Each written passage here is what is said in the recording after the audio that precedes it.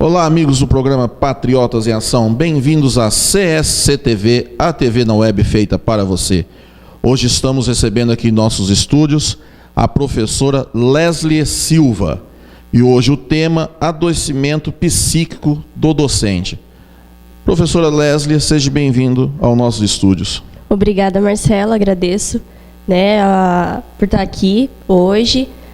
O convite da professora Aline também, que me indicou para você, muito obrigada. Eu sou formada em Pedagogia pela Universidade Estadual de Maringá, tenho pós-graduação em Psicopedagogia e Educação Especial. A primeira pergunta que eu queria saber, o que motivou você a pesquisar sobre o tema da doença psíquica do docente? Esse tema permeou todos esses meus anos na faculdade, os 4 anos de pesquisa na área da educação, principalmente durante os estágios que eu realizei no Centro de Atenção Psicossocial Infantil de Cianorte, que é o CAPSI.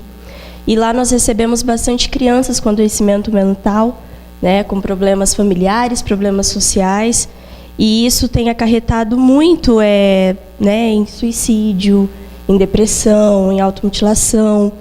E conversando com esses adolescentes, essas crianças, muitos relatavam que os problemas começavam na escola.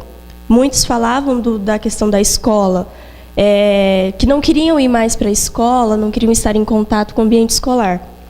E aí me veio, então, o que está acontecendo nesse ambiente da escola? Conversando, vendo relatos de professores também, tanto da universidade quanto da escola pública, municipal, e os professores, eles vêm muito estressados, eu via que eles estavam cansados. Era uma situação assim que você chegava na sala de aula e sentia que o professor ele estava cansado. E aí eu fiquei, mas o que está acontecendo? Por que esse professor está desse jeito? E isso me motivou a pesquisar, então, sobre esse adoecimento psíquico. O que gera isso no educador? É um tema muito atual e que dá para você fazer muitos trabalhos em cima. Sim. Eu achei muito legal o tema. Me fala uma coisa, qual a relação existente entre trabalho e a educação? A relação entre o trabalho e a educação não começa de hoje, desde a Revolução Industrial, desde o século XIX. A questão da educação dentro desse sistema de capital, da questão do trabalhador, qual a função desse trabalhador, porque antes era um artesão, passou por um trabalhador fabril. E aí a gente percebe que a educação, o professor que está dentro desse cenário, ele vem para suprir alguma demanda. E essa demanda vem do quê? De um sistema econômico, um sistema social, Então, aí a gente percebe que o professor ele está perdendo a sua função. E aí me veio, então, a questão, o trabalho e a educação, ele tem total ligação.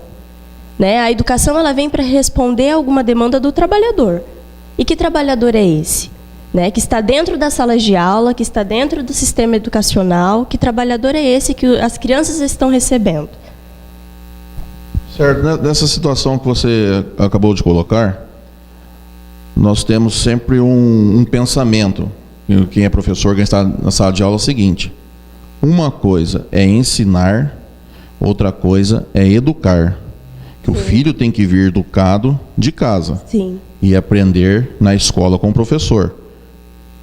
E nesses anos todos que eu tenho de sala de aula, são 25 anos em sala de aula, eu percebi que os pais já estão praticamente terceirizando o filho para a escola. O filho já não vem mais educado. Quantas vezes, nesses 25 anos de sala de aula, e principalmente mais agora nos últimos anos, eu escuto, antes de entrar na escola, pai falando: se o professor te encher o saco, mete a mão nele, depois eu venho aqui. O professor está perdendo o respeito, já não é mais aquela profissão que o professor chegava em sala de aula. Eu peguei um tempo que o professor chegava em sala de aula, os alunos levantavam, ficavam em pé. Era um respeito, a diretora, tínhamos caderno de caligrafia, tínhamos que fazer, tinha tarefa. Eu já vi professor quase apanhar de pai na escola, onde o secretário e um professor de educação física impediram que o pai batesse na professora porque a professora passou tarefa. E ele foi reclamar com a professora porque se a professora tivesse tempo de passar a tarefa, tinha tempo de ir na casa dele ensinar o filho dele. É triste. Isso, Marcelo, tem acarretado nessa questão até da perca da função. A terceirização da família, colocando em cima do professor essa responsabilidade, faz com que os professores já não saibam mais se a função deles é a transmissão do conhecimento científico, é o ensino, né, ou é a educação de casa. E aí o professor acaba tomando as dores da criança. Exatamente. Né? Você falou bem colocado. Chega a nossa primeira pergunta aqui, professora. Então, qual é a função do professor? Pois é, durante todos esses 4 anos de pesquisa, sendo uma educadora, né, eu acredito que a função do professor ela vai muito além do que a sociedade está acreditando hoje em dia. Né? O professor ele deveria ser o profissional mais respeitado, mais valorizado. Plenamente. Né? O mais valorizado, e a gente percebe que é o contrário. Até mesmo alguns professores já não compreendem a sua importância dentro da educação. E é aí que começa esse adoecimento, né? Quando eu percebo que o meu trabalho já não está valendo muita coisa.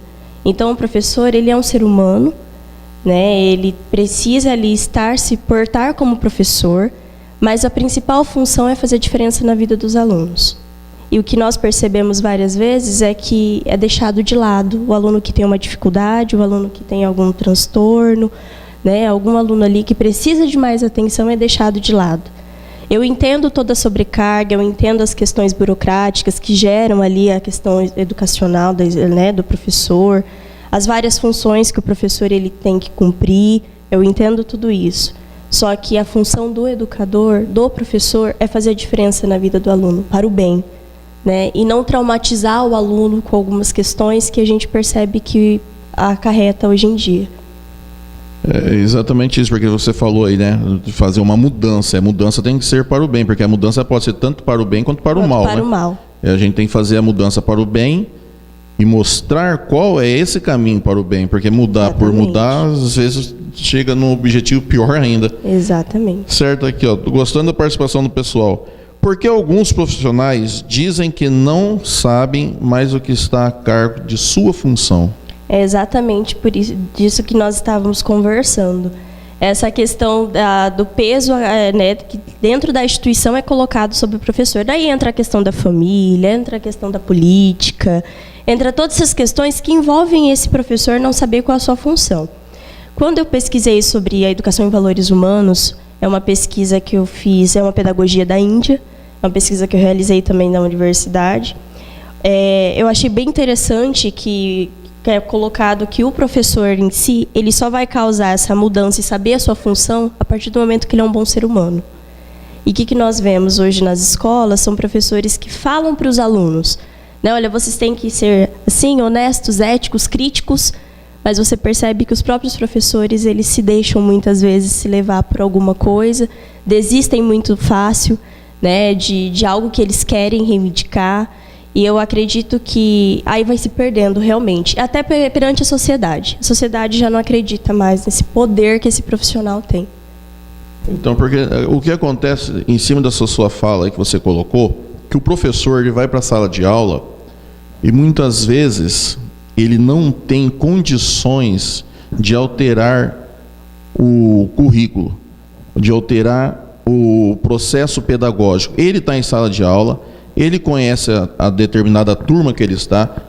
A realidade de uma turma não é a mesma realidade da turma do lado da sala, não é a mesma realidade da turma do outro bairro, é diferente. É diferente. Então o professor ele chega na sala de aula, chega com aquele planejamento pronto, que muitas vezes não foi ele que planejou, e tem que aplicar para uma turma Exatamente. Que não condiz com aquela realidade. É isso mesmo. E isso dá um desgaste, tanto físico quanto emocional. Quanto emocional. É até essa questão das expectativas, a pesquisa coloca muito, que leva esse adoecimento, é o profissional que chega na sala esperando que vai conseguir dar aquela aula fantástica, né, que vai conseguir fazer em 3 meses as crianças serem alfabetizadas, e a realidade é totalmente diferente. Isso causa um esgotamento psíquico, físico, psicológico no professor.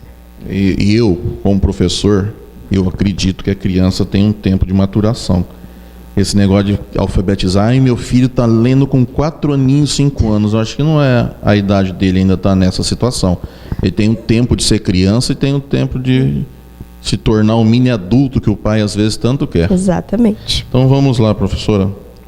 Mais uma questão. Com o passar do tempo, a gestão que está sendo avaliativo da educação foram modificados. O que tem acarretado nessa realidade? Essa questão é interessante, porque você percebe que os sistemas avaliativos, tanto para o professor quanto para os alunos, eles têm se modificado, né? Um exemplo é a Prova Brasil e o PAR-4, que é o sistema de avaliação do professor. E, principalmente, os professores do 5º ano. Quando iniciam o sistema avaliativo da Prova Brasil, os professores eles estudam o ano todo em cima do conteúdo da Prova Brasil, já preparando os alunos para uma boa nota. Especificamente para uma coisa só. Para aquela prova. Aí entra a semana cultural, aí entra sistemas de avaliação da escola, e aí você percebe que os professores eles já estão esgotados. Então, eles trabalham em cima daquilo, por quê? Porque eles se sentem responsáveis pelo que seus alunos demonstrem que eles conseguem atingir uma nota, né? E a criança, aí, ela se resume naquela nota. E perante esse sistema avaliativo, e hoje, né, essa gestão, o que nós percebemos? Que o que vale são os dados quantitativos da escola, não a qualidade do ensino. Então, nós percebemos que muitos alunos chegam no ensino superior sem saber escrever corretamente, né? Eles estão letrados, mas não alfabetizados. Nessa situação, você colocou uma coisa muito interessante. Você falou sobre quantitativo. O pessoal de casa tem que entender isso. Depois eu queria que você explicasse melhor. Quantitativo do qualitativo, certo? Porque quando a gente escreve alguma coisa, a gente sempre escreve, bate em cima da qualidade. E às vezes no planejamento vem a quantidade. E o professor não fala assim, não vai dar conta, mas tem que dar conta daquilo. Eu queria que você explicasse para o pai de casa o que é o quantitativo e o qualitativo. O quantitativo ele varia as questões dos conteúdos que são mandados por esse sistema avaliativo, que o professor tem uma meta ali de conteúdos a cumprir até final do ano. Dentro de tudo isso tem as semanas culturais, como eu disse, né, entre as reuniões pedagógicas, e é uma quantidade de conteúdos enormes, principalmente na rede privada. Eu, atualmente, como professora da rede privada, já trabalhei no município também, mas na rede privada, os sistemas de apostila, aquilo puxa muito na criança, e do professor, ele se cobra, eu tenho que cumprir tanto naquele dia. E aí você esquece completamente o emocional das crianças naquele dia. Perfeito. Né? Você esquece o emocional das crianças, e na questão municipal, o professor já não entra a mesma coisa. E aí começa o que então? Já que não está com a qualidade, porque ele já não está com qualidade de vida, o profissional, os seus alunos também não estão mais com qualidade de vida, porque eles já foram atingidos pelo aquele profissional. E aí nós temos então o professor cansado, e aí acontece o quê? Os atestados. E quem é colocado no lugar daquele professor que se ausenta? É algum funcionário que está na escola, algum auxiliar, algum atendente da rede de apoio, para suprir a ausência daquele profissional, principalmente na prefeitura, né, quando é questão de município mesmo, porque não tem como contratar outro profissional por um professor que está afastado. E aí nós temos então o quê? A ineficácia do ensino, porque um professor ele é formado para estar ali, um auxiliar não. Né? Então nós vemos todos esses problemas acarretando. Por isso que é importante a gente pensar, a educação ela tem que ser qualitativa e não quantitativa. Exatamente, espero que o pessoal de casa tenha entendido a diferença de quantitativo para qualitativo. O programa está muito gostoso, o assunto muito bom, mas infelizmente está chegando ao final, e eu queria te fazer aqui uma última pergunta. O que tem acarretado o mal-estar docente? Todos esses conceitos que esses fatores que a gente mencionou, têm acarretado então na síndrome de Burnout, que é uma síndrome atual, né, e que durante as pesquisas, então, é a síndrome do esgotamento psíquico do trabalhador. É essa síndrome. E durante as pesquisas é interessante mencionar que essa síndrome ela tem acarretado mais em homens e não em mulheres, porque as professoras mulheres, os trabalhadores do sexo feminino, eles são mais flexíveis às mudanças, né? O trabalhador o professor, ele não tem essa flexibilidade do sexo feminino. Então, principalmente também em jovens formados, né? Por exemplo, eu sou professora, já recém-formada, eu sou mais apta a desenvolver uma síndrome de Burnout em mim do que um profissional que está há 20, 30 anos na profissão, porque ele já sentiu o que é a educação. E para mim, que chega com uma expectativa de fazer a diferença, eu não posso fazer essa diferença, é mais fácil de eu ser atingida. E essa síndrome é a síndrome tanto do esgotamento emocional, psíquico, quanto físico. Então, começa com dores musculares, insônia, dor de cabeça, isolamento, você já não quer mais pisar no ambiente de trabalho, você chora no meio da sua aula, você está cansado, você desconta nos seus alunos isso. E, Marcelo, isso implica tanto no ensino-aprendizagem do aluno, que se os professores eles deviam perceber que está sendo atingido, olha, eu estou ficando doente, então eu vou procurar algum tratamento. Nós temos a RAPS, que é a Rede de Atenção Psicossocial, que vai dar esse respaldo para esse trabalhador, o CAPSI, os CAPS, né, que também dão assistência para esse profissional. Mas o que nós percebemos? Se um professor machuca um braço, machuca uma perna, vai direto no hospital. Se é algo psicológico, espera até...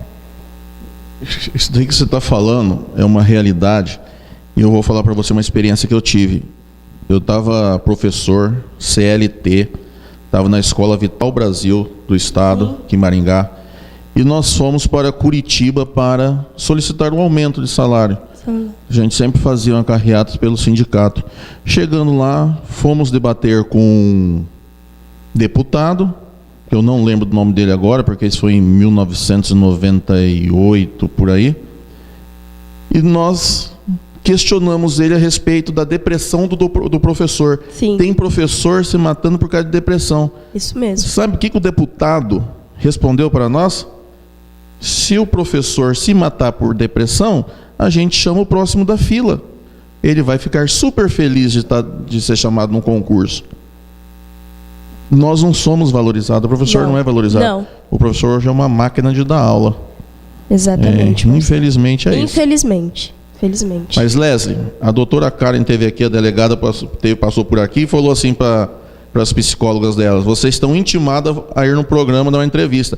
Agora eu vou falar, você está intimada a voltar. Obrigada. Porque o assunto ainda não acabou e nós temos muito para conversar ainda. Obrigada, Marcelo. Você quer deixar, professora, as considerações finais dos amigos de casa? Queria agradecer a oportunidade, foi muito bom o nosso bate-papo, estar aqui hoje. Queria agradecer à psicopedagoga Aline Feza, uma super amiga que me indicou para você, ao professor Dr. Fernando Wolff Mendonça, que foi meu orientador de pesquisa, ao professor Dr. José Celório, que também foi o orientador da pesquisa de valores humanos, que me ajudou muito a pesquisar sobre esse professor.